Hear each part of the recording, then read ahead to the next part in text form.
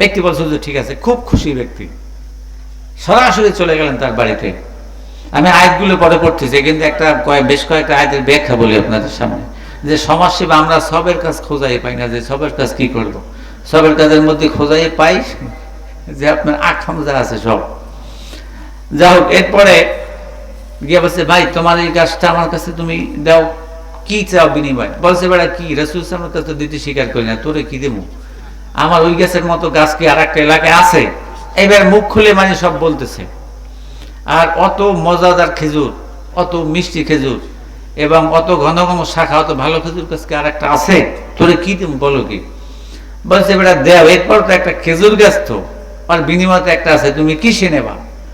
কথা এদিক ওদিক এদিক ওদিক পেঁচাইতে পেঁচাইতে শেষ পর্যন্ত তিনি রাজি হলেন তাকে 40টি খেজুর গাছের বিনিময়ে তিনি একটা গাছ তাকে দিবেন। বলুন নাউজুবিল্লাহ।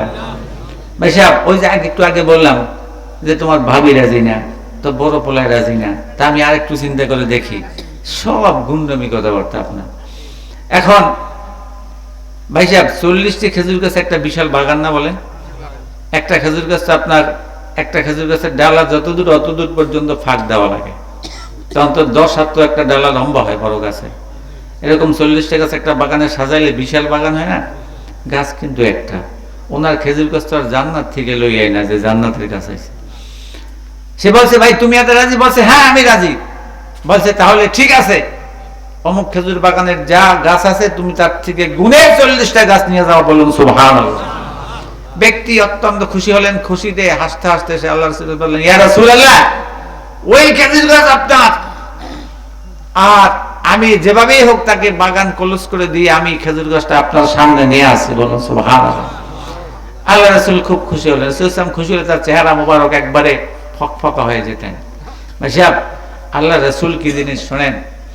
একবারে আল্লাহ রাসূল রাত্রে একটা খেজুর গাছের একটা পাত্রে বিছনে প্রস্রাব করতেন, অর্থাৎ ঘরে বসে অন্ধকারে প্রস্রাব করতেন। সবসময় তো বাইরে বের হতে পারতেন না, অন্ধকার, তখন তো এরকম আলোর ব্যবস্থাও ছিল না। একটা খেজুর কাণ্ডে রাত্রে প্রস্রাব করলেন। তার গোলাম উম্মে আয়মান খাদ্দামা, উম্মে আয়মান রাদিয়াল্লাহু তাআলা আনহা, তার বাবার গোলাম, তিনি আপনার বাবার সূত্রে সেটাকে পেয়েছিলেন। আর উম্মে আয়মান হচ্ছে রাসূল সাল্লাল্লাহু আলাইহি ওয়াসাল্লামের বাপের খাদেম, খাদ্দামা, এবং রাসূল তার থেকে পাইলেন। এবং পরে হযরতে তার যে আপনার গোলাম ছিলেন যায়েদ বিন হারিসা রাদিয়াল্লাহু তাআলা আনহা, যায়েদ বিন হারিসার সঙ্গে সাথে আপনার উম্মে আয়মানের বিবাহ হলেন। সেই ঘরেই হলেন ওসামা ইবনে যায়েদ রাদিয়াল্লাহু তাআলা আনহু। খুব বড় মাপের মওমেনা ছিলেন উম্মে আয়মান। রাত্রে তার পানির খুব পিপাসা হয়েছে, তিনি পিপাসায় সজাগ হয়েছে। এখন পানি অন্ধকারে কি খোঁজাই পাওয়া যায় বলেন? আমাদের দেশের মধ্যে এরকম না যে চিপ দিলে লাইট জ্বলছে। উনি পাত্র একটা পাইছে, দেখছে ভিতরে পানি, ডক ডক করে সবটুকু খেয়ে ফেলছে। সকালে জিজ্ঞেস করে আল্লাহ রাসূল, উম্মে আয়মান এই পাত্রের পানিটা কি হলো? বলছে ইয়া রাসূলুল্লাহ, আমি তো রাত্রে পানির পিপাসা সজাগ হয়ে গেছি, তো আমি কি করব? তা আমি পানির পিপাসা কাতর হয়ে আমি ওর ভিতরে যেটুকু ছিল সবটুকু খেয়ে ফেলছি। বলুন সুবহানাল্লাহ। আল্লাহ রাসূল বললেন উম্মে আয়মান কাজটা কর লাগে, যাও, যা করছো করছো। উম্মে আয়মান তুমি মনে রাখবে, জাহান্নামের আগুন তোমাকে কোনোদিন স্পর্শ করবে না। আর 2 নম্বরে মৃত্যু পর্যন্ত তোমার পেটে কোনো পীড়া হবে না। বলুন সুবহানাল্লাহ। কিন্তু হাদিস পড়েই আপনাদের কাছে বলছি, এর নাম হচ্ছে রাসূল। এখন সে ব্যক্তি আসছেন, এসে গাছটা তাকে দান করলেন। এখন আল্লাহ পাক বললেন ফাম্মা মান আতা ওয়াত্তাকা ওয়া সাদ্দাকা বিল হুসনা ফাসানুয়াসসিরহু লিল ইউসরা ওয়া আম্মা মান বাখিলা ওয়াস্তাগনা وكذب بالحسنى فسنيسره للعسرى। আপনি তাকে জানায় দেন ফাম্মা মান আতা ওয়াত্তাকা ওয়া সাদ্দাকা বিল হুসনা, যে ব্যক্তি দান করলো সেই ব্যক্তি মুত্তাকি হলো, কারণ তিনি আল্লাহর নবী যা বলেছেন, আল্লাহ পাক যা বলেছেন সব কথাটুকু তিনি বিশ্বাস করেছেন, মেনে নিয়েছেন এবং আমল করেছেন। আমি রব্বুল আলামিন আল্লাহর বান্দা যখন আল্লাহর নবী এবং আল্লাহর কথাগুলো শুনেছেন, আমি রব্বুল আলামিন পৃথিবীতে যত কাজ করবেন আমি সমস্ত কাজগুলো তার জন্য সহজ করে দেব। আর পরকালের জীবনে যতগুলো মঞ্জিল রয়েছে সবগুলো তার জন্য আমি সহজ করে দেব। আর সর্বশেষ তাকে জান্নাতুল ফেরদাউসে আমি আল্লাহ পাক তাকে পৌঁছায় দেব। নবী আপনি বলে দিন, আর এই ব্যক্তি কৃপণতা করলো, বখিলতা করলো, দান করতে চাইলো না, আল্লাহর নবীকে পিছনে নিক্ষেপ করলেন, আল্লাহ পাককে নিক্ষেপ করলেন, আপনি তাকে বলে দিন আমি রাব্বুল আলামিন পৃথিবীর জমিনে যতদিন পর্যন্ত তিনি বসবাস করবেন সমস্ত কাজগুলো আমি তার জন্য কঠিন করে দেব, একটা কাজও তিনি সুস্থ মতো করতে পারবে না। আর পরকালের সমস্ত মঞ্জিলগুলো আমি তার জন্য কঠিন করে শেষ পর্যন্ত আমি তাকে জাহান্নামের ভিতরে অতন্তলে আমি আল্লাহ পাক তাকে ঢুকায় দেব। বলুন নাউজুবিল্লাহ। আল্লাহ পাক কোরআনে কারিমে আয়াতগুলো নাযিল করে জানায় দিলেন। এরপরে আপনার আল্লাহ রাসূল তখন বললেন তাকে ডেকে, এদিকে চলে আসো, তুমি এই গাছটা কেটে ফেলো। আল্লাহ রাসূল তাকে নির্দেশ করলেন, গাছটা কেটে আপনার তিনি সরাই ফেললেন। আল্লাহ পাক তখন ঝামেলা মুক্ত করলেন আল্লাহ রাসূল। তো ভাই সাহেব কথাগুলো আপনারা বুঝেন তো? এর নাম হচ্ছে আপনার মুমিন। এখন আল্লাহ পাক বলছেন, নামাজ পড়লেন, কোরআনে কারীম বলছেন ফাওয়াইলুল লিল মুসাল্লিন আল্লাযীনা হুম আন সালাতিহিম সাহুন الذين هم يراءون ويمنعون الماعون মহান আল্লাহ তাআলা বলেছেন ওই নামাজীদের জন্য দুর্ভোগ যারা নিজের নামাজের ব্যাপারে উদাসীন, আল্লাযীনা ইউরাউন যারা লোক দেখানো নামাজ পড়ে। আর এই লোকগুলো কারা, তাদের চরিত্র কি হতে পারে? আল্লাহ পাক তাদের চরিত্র প্রকাশ করে বলে দিয়েছেন ওয়ায়ামনাউনাল মাউন, নামাজ পড়ে মসজিদে গিয়ে ঠিকই, কিন্তু সামান্য টুকুন মাল দিয়েও কোন ব্যক্তিকে সাহায্য সহযোগিতা করে। আপনারা বলবেন কোরআনে কারিমে কি সামান্য মালের কথা বলছেন? এই তো আমি আয়াত পড়লাম, এর অর্থ যেটা সেটাই বললাম। সামান্য মাল বলতে কি, একজন মুমিন দেখবেন প্রতিবেশী গরিব মানুষ খুব ঠেকেছেন, তার ঘরে গেছে, ভাই আমাকে 200 চাল ধার দেন, দেবে না। হলুদের গুঁড়ো নাই একটু দেন, দেবে না। মরিচের গুঁড়ো লাগবে, দেন, দেবে না। সামান্য মাল কিন্তু সেটাই বলছি, এক টুকরা জায়েদ প্রয়োজন, দেবে না। অথচ আল্লাহ রাসূল বলছেন যদি আপনি তাকে এই বিষয়ে সহযোগিতা করেন প্রত্যেকটা মাল আপনাকে আল্লাহ পাক সদকার সওয়াব দান করবেন। বলুন সুবহানাল্লাহ। দেবে না। একটা খুন্তার প্রয়োজন, তাকে দেবে না। একটা কুঠারের প্রয়োজন, তাকে দেবে না। একটা কথার সহযোগিতা জিগাইবে, একটা উল্টা বুদ্ধি দিয়ে যেন দৌড়ের উপর থাকে, বুঝতে পারছেন? ভালো বুদ্ধির জন্য গেছে, মামলার বুদ্ধি দিয়ে দেবে যাতে বাড়িঘর সব বিক্রি করে ওর কাছে বিক্রি করে চলে যাওয়া। এরও কি আছে না নাই সমাজে? এবার সামান্য টুকুন মাল, একটা মুরগি সে ঝামেলা করে ঘরের মধ্যে দরজা আটকাই যাবো, দিয়ে আবার খাওয়া হয়ে গেছে, পশম পশম যা আছে সব মাটির মধ্যে ঢুকাই দিয়া ঢেকে দিয়েছে। অথচ আল্লাহ পাক বলছেন এই নামাজীরা হচ্ছে পীড়াদায়ক, যে তাদের জন্য দুর্ভোগ। আল্লাযীনা ইউরাউন, লোক দেখানো নামাজ পড়ে আর লোক দেখানো কাজ করে। ওয়ায়ামনাউনাল মাউন, সামান্য টুকুন জিনিস দিয়ে মানুষকে উপকার করে, এগুলো হচ্ছে মুনাফিক, সমাজের জন্য দুর্ভোগ এবং সমাজের এরা হচ্ছে কুলাঙ্গার। এগুলো সমাজের কোনো মুমিন হতে পারে না। মুমিনের চরিত্র থাকবে আপনার ক্লিয়ার, পরিষ্কার থাকবে মুমিনের চরিত্র, এর নাম হচ্ছে মুমিন। মুমিনের চরিত্র অন্য কিছু থাকতে পারে। ভাই সাহেব আরেকটু আগে কথা বলতে হয়। আল্লাহ রাসূলের সাহাবী, আমি ছোট্ট একজন সাহাবীর কথা বলি, যাদের চরিত্রটা কি ছিলেন। আমি বড় আবু বকর সিদ্দিক, ওমর, ওসমান, আলীর কথা বলছি না, একজন ছোট সাহাবীর কথা বলছি। তো সাঈদ ইবনে আমর জুমাহি রাদিয়াল্লাহু তাআলা আনহু বলছে যে আল্লাহ পাকের রাসূল তাদেরকে কিরকম করে গড়ছিলেন, আমাদের সমাজটাকে আমরা কিরকম করে গড়তেছি। তো সাঈদ ইবনে আমর জুমাহি রাদিয়াল্লাহু তাআলা আনহু ওমর আব্দুল খাত্তাব যখন আপনার প্রেসিডেন্ট, তাকে ডেকে বললেন, সাইদ ইবনে আমর জুমাহি, তোমাকে গভর্নর হয়ে হিমসে যাওয়া লাগবে, অর্থাৎ তুমি হিমসের প্রেসিডেন্ট হয়ে হিমসে যাবেন। জুমাহি বলল, আমিরুল মুমিনিন, আপনার কাছে মাপ চাই, সুস্থ একটু আমাকে ইবাদত করতে দেন।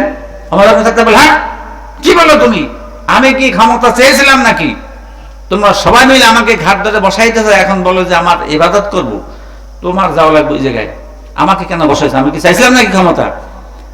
যখন ধমক দিলেন বলছে, হ্যাঁ হুজুর আমি যাবো। কারণ ভাই সাহেব, আমাদের দেশে একটা অবস্থা দেখবেন, তৎকালীন সময় প্রত্যেক সাহাবী, আবু বকর সিদ্দিকের থেকে নম্রভদ্র মানুষ পৃথিবীতে আরেকজন ছিলেন। মনে রাখবেন, 2 বছর 3 মাস 10 দিন রাষ্ট্রীয় ক্ষমতায় ছিলেন, একটা রাত নিশ্চিন্তে বসে ঘরের মধ্যে ঘুমাতে পারে নাই, এক হাতে কোরআন এক হাতে তরবারি। আপনারা ইতিহাস পড়লে, তার জীবনী পড়লে এবং হাদিস কোরআন পড়লেই দেখতে পাবেন।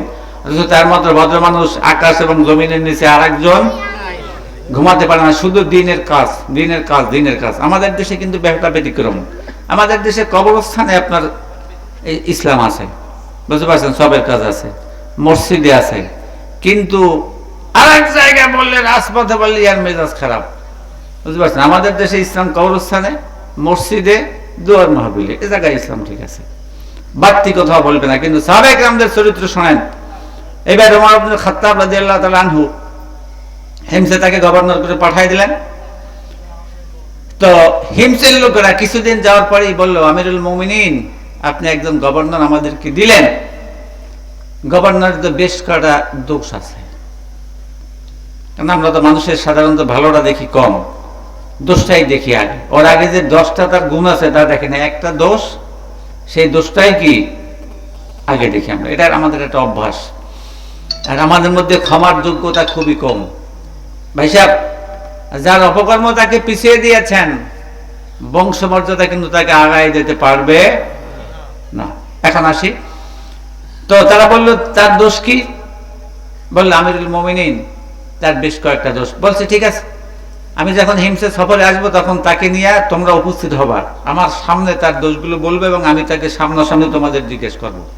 ওমর ইবনে খাত্তাবের সময় তার নির্দেশ ছিল, তার দেশের কোন গভর্নর আপনার পাতলা আটার রুটি খেতে পারবে না, এক, মিহিন কাপড়ের কোনো পোশাক পরিধান করতে পারবে না, ঘরের সামনে কোনো প্রহরী রাখতে পারবে না। কারণ আমার কোন জনগণ তোমার কাছে বিচার প্রার্থী হবে, তুমি বলবে, তোমার প্রহরী বলবে যে স্যার ভিতরে আছে, ব্যাট মারিয়ে পাঁচা লাল বানাই দেবো। যখন সে যাবে কোনো মোমেন্ট, আর তখন তো সব এলাকায় মোমেন্ট ছিলেন, কোন মোমেন্ট যাবে, তাৎক্ষণিক মোমেন্টকে তুমি দাঁড় না করাইয়া তুমি তাৎক্ষণিক তার কাজটা ফয়সালা করবে। এটাই হচ্ছে তোমার জন্য উত্তম ফয়সালা, এবং এটাই হচ্ছে তোমার জন্য সবের কাজ। এর চেয়ে উত্তম সবের কাজ আর একটা নাই, আল্লাহ রাসূলের নির্দেশ। ভাই সাহেব, একবারে আব্দুল্লাহ ইবনে রাওয়াহা রাদিয়াল্লাহু আনহুকে আল্লাহ রাসূল বললেন, আব্দুল্লাহ ইবনে রাওয়াহা, তুমি আগামী দিন তুমি অমুক দলের সাথে জিহাদে চলে যাবেন আগামী দিন। তো হাদিস শরীফ আছেন, আব্দুল্লাহ ইবনে রাওয়াহা দল পাঠাই দিয়ে ভাবলেন যে আগামী দিন তো জুমার নামাজ, রাসূলের পিছনে জুমার নামাজটা পড়ে আমি ওই দলের সঙ্গে গিয়ে অ্যাড হব। মানে তিনি একটু লুকিয়ে লুকিয়ে থাকলেন। তো রাসূল থেকে কি ফাঁকাই থাকে? আসলে সম্ভব, কেননা রাসূল মানে হচ্ছেন আল্লাহর কন্ট্রোলিং ব্যবস্থাপনা। আর আল্লাহ পাক বলছেন, তোমরা আমাকে পেতে হলে ফাত্তাবিউনি ইহবিবকুমুল্লাহ, আল্লাহ রাসূলের মধ্য দিয়ে আমাকে পেতে হবে, সরাসরি আমাকে পাওয়ার কোনো সুযোগ নাই। এখন তিনি সেখানে ঘুরছেন, হঠাৎ করে রাসূল সাল্লাল্লাহু আলাইহি ওয়াসাল্লাম তাকে দেখে ফেললেন। দেখে বললেন, আব্দুল্লাহ ইবনে রাওয়াহা, এদিকে আসো। কি, তোমাকে কালকে যুদ্ধ দিতে বললাম না, তুমি যাও না কেন?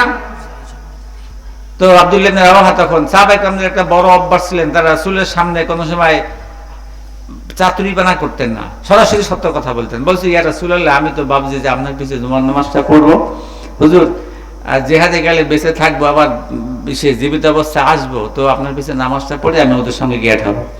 বলছে, আব্দুল্লাহ ইবনে রাওয়াহা, তুমি যদি আকাশ এবং জমিনের সমস্ত সম্পদ ব্যয় করো, আমি আল্লাহ নবীকে নির্দেশ করেছি তার চেয়ে বেশি সওয়াব তুমি লাভ করতে পারবে না। বলুন সুবহানাল্লাহ। এটা হচ্ছে রাসূলের নির্দেশ। এবারে আপনার সাইদ ইবনে আমর জুমাহি হিমসে ছিলেন। হিমসে হচ্ছে আপনার সিরিয়ার যেটা আপনার হোমস শহর বর্তমানে, ওইটাই হিমস, বড় একটা এরিয়া, আমাদের দেশের মতো এরকম একটু বড় হতে পারে তৎকালীন সময়। ওমর ইবনে খাত্তাব যখন সফর করে গেলেন, বলছে তাকে নিয়ে আসো। নিয়ে আসলেন, তোমরাও নিয়ে আসো। তাকে পাশে বসাইলেন, তিনিও পাশে বসলেন। বসে এখন বলছেন, বলো তোমাদের আপত্তি কি?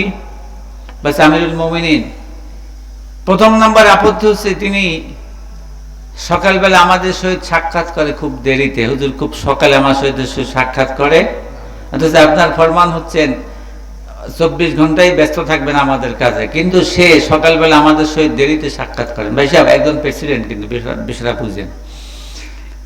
বলছে সাইদ তোমার জবাব? বলছে আমিরুল মুমিনিন, আমি তো এই কথা কারো কাছে বলতে চাই না হুজুর, ওরা আমার এমন এক জায়গায় দাঁড় করাইছে, আমার গোপন কথা আপনার সামনে বলতেই হবে, নাহলে আমি তো আসামি। বলছে বলো তুমি। বলছে আমিরুল মুমিনিন, আমি একজন প্রেসিডেন্ট, গভর্নর বটে হুজুর, আমার পরিবারে আমার ঘরে কোনো খাদেম নাই হুজুর, আমি যে ভাতা পাই তার থেকে খাদেম রাখার মতো কোনো অবশিষ্ট পয়সা আমার থাকে, অথচ সব সম্পত্তি তো তার কাছে থাকে না। তো কি তাহলে তোমার দেরি হয় কেন হুজুর? সকালবেলা আমি ফজর নামাজ পড়ে আমি আমার স্ত্রীর সঙ্গে আমার পরিবারের হাড্ডি পাতিল ধৌত করা, নাস্তা তৈরি করা, টুকটাক খাদেমের কাজটুকু আমি তার সঙ্গে হুজুর করি, এবং সেই কাজটুকু গুছাইয়ে দিয়ে হুজুর মোটামুটি সম্বন্ধ একটু হালকা যা খাইতে পারি খাইয়েই হুজুর আমি বিচার কার্যে এসে বসি। বলুন সুবহানাল্লাহ। তাদের গর্ব অহংকার কোথায়?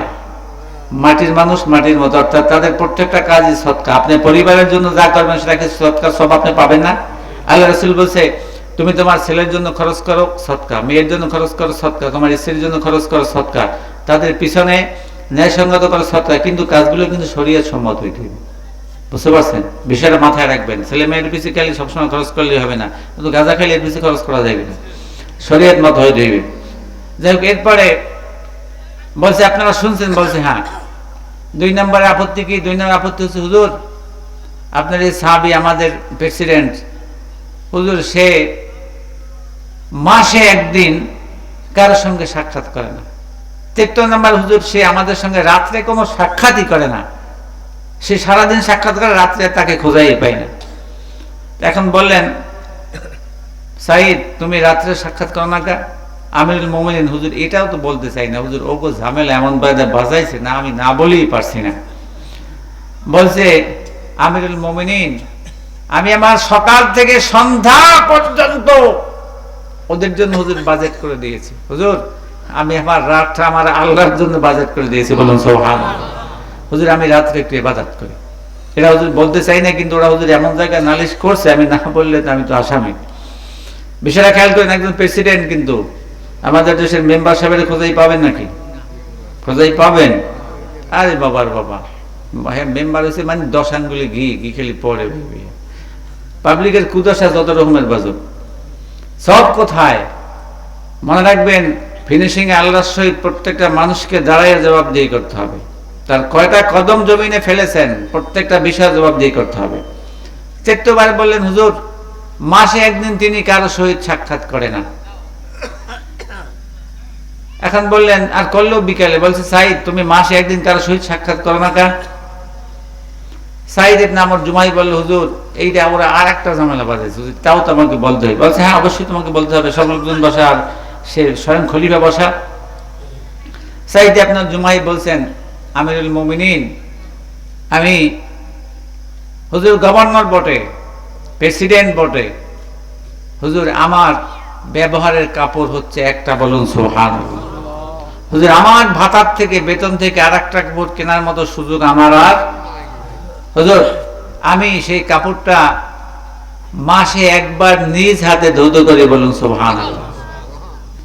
অতএব হুজুর আমি যেদিন কাপড়টা ধুই আমি অন্য একটা কাপড় কোন রকম জড়াইয়া ঘরের মধ্যে থাকি হুজুর, আমি ওদের সামনে আসবে কেমন? যখন কাপড়টা আমার শুকায় তা আমি বিকালে শ্রমটা দিতে পারি হুজুর, আমি কাপড়টা শুকাইলে কাপড়টা পরি আবার ওদের সামনে আসি। বলুন সুবহানাল্লাহ।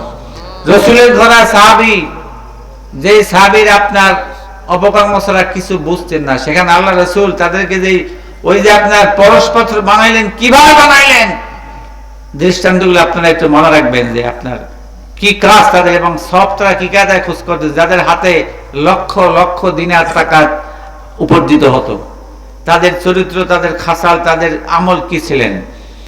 এরপর বল হুজুর শুনছি আমরা তার এই কথা, যে হুজুর আমার একখানা কাপড় মাসে আমি একবার ধুই নিজের হাতে, আর একখানা কাপড় আমার আর তিনি একজন গভর্নর, তার কি টাকার অভাব, তিনি কিনতে পারতেন না, কিন্তু তিনি যে ভাতা পান তার থেকে সব খরচ করে ওই পরিবার জ্বালাকে বাকি টাকা সব সৎকা করে দেয়, গরিবদের মধ্যে সব সৎকা করে দেয়, টাকা থাকে না।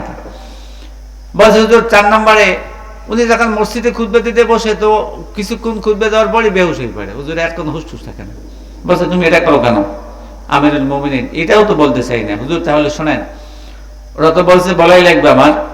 হুজুর আমি যখন মক্কায় ছিলাম এবং খাব্বাব বিন আরাদকে যখন শহীদ করে দেওয়া হয়, হুজুর আমি তখন তার কাছেই দাঁড়ানো ছিলাম। তো কাফেররা তাকে ধরে নিয়ে আসলেন, হাত পা বেঁধে যখন বসাইলেন, তখন তাকে আঘাত করছে আর বলছে আমরা তোমাকে ছেড়ে দেব, মুহাম্মদ সাল্লাল্লাহু আলাইহি ওয়াসাল্লামকে নিয়ে আমাদের সামনে উপস্থিত করে দাও। তখন খাব্বাব বললেন আমার সমস্ত অঙ্গ প্রত্যঙ্গের বিনিময়ে আল্লাহ রাসূলের গায়ে একটা কাঁটা বিদ্ধ হোক, এরা মুহূর্তের জন্য আমি সহ্য করবো না। বলুন সুবহানাল্লাহ। এই কথা তারা বলছিলেন আর এক একটা করে অঙ্গ কাটতেছিলেন। যখন অঙ্গটা কাটা হয়, তিনি তাকায় বললেন এটা আর কাটবো না, তুমি মুহাম্মদ সাল্লাল্লাহু আলাইহি ওয়াসাল্লাম বলছে এটাকে সব কেটে দাও, এর বিনিময়ে আল্লাহ রাসূলের গায়ে একটা কাঁটার বিদ্ধ হোক, একটা কাঁটার কুঁতা লাগুক, এমনটা আমি খাব্বাব বিন আরাদ আমার সামনে হতে দেব না। বলুন সুবহানাল্লাহ। এরকম করে করে হুজুর ওরা প্রত্যেকটা অঙ্গ প্রত্যঙ্গ কেটে টুকরো টুকরো করে দিলেন। আমি তখন দাঁড়ানো ছিলাম। হুজুর আমার এমন কোন শক্তি ছিল না তাদের মোকাবিলায় আমি কোনো কথা বলবো বা কিছু করব। আমিরুল মুমিনিন যখন আমি মিম্বারে খুতবা দিতে বসি, আর যখন এই কথা মনে পড়ে যে আল্লাহ পাক জিজ্ঞাসা করেন সাইদ ইবনে আমর জুমাহি, তোমার সামনে আমার একজন মুমিন বান্দাকে এত বড় ক্ষতি করা হয়েছিল, তুমি তখন কি করছিলা? আমি আল্লাহর কাছে কি জবাব দিব? এই ভয়ে হুজুর আমি মেম্বার থেকে বেহুশ হয়ে পড়ে যাই। হুজুর বিকল্প কোনো কারণ আমার আর একটা নাই। বলুন সুবহানাল্লাহ। বললেন আমি এটাই ভাবছিলাম তোমার প্রসঙ্গে, শুনছো তোমরা? বলছে হ্যাঁ হুজুর আমরা শুনছি। এরপর তিনি চলে গেলেন।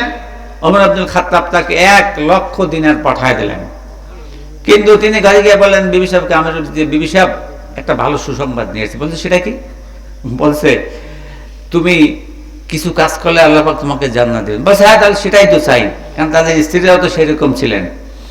বলছে তাহলে আমি এই টাকাটা চাই সব আল্লাহর পথে সদকা করে দিতে। বলুন সুবহানাল্লাহ। ওই সমাজে কে কে অসহায় আছে, বিধবা আছে, গরিব ছিলেন, মুসাফির, সব তাদের মধ্যে বন্টন করে সব ব্যবস্থা করে দিলেন। বলুন সুবহানাল্লাহ। রাসূল সাল্লাল্লাহু আলাইহি ওয়াসাল্লাম একজন ছোট সাহাবীর কথা বললাম, এর নাম হচ্ছে ইসলাম। ভাই সাহেব আমি আমার সময় শেষ হয়ে আসছে। হ্যাঁ আসুক, আমি আমার সময় 9:30 পর্যন্ত বলছে তো আমার খেয়াল আছে। তো এখন ভাই সাহেব বলতে চাই, আমি আপনাদের সামনে 1 ঘন্টার একটু বেশি মনে হয় কথা বলেছি, শুধু একটা পয়েন্টেই কথা বলেছি। তো আমি একটা পয়েন্টে কিছু কথা বলতে পেরেছি, আল্লাহ পাক যেটুকু বলার তৌফিক দিয়েছেন। তো কথাগুলো আপনাদের মনে থাকবে কি? মনে থাকবে? নামাজ পড়ার পর একজন মুমিনের আপনার বাইরে কি কি কাজ আছে, এর থেকে আমি আংশিক কিছু কথা বললাম। তা আমরা এই কথাগুলো আমল করতে পারবো না? আমি ইনশাআল্লাহ আপনাদের সঙ্গে যদি সাক্ষাৎ হয়, আমি আবার আপনাদেরকে